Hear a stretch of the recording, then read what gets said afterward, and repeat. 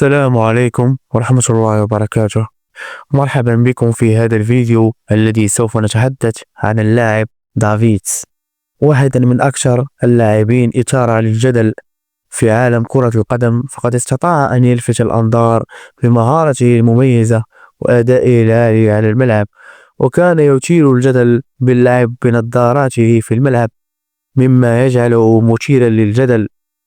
ازداد عام 1973، جنسيته هولندية، كان يلعب وسط الملعب ولعب لعدة فرق من أبرزها أياكس الهولندي وميلانو الإيطالي واليوفي وبرشلونة الإسباني، وكانت قيمته السوقية 14 مليون يورو.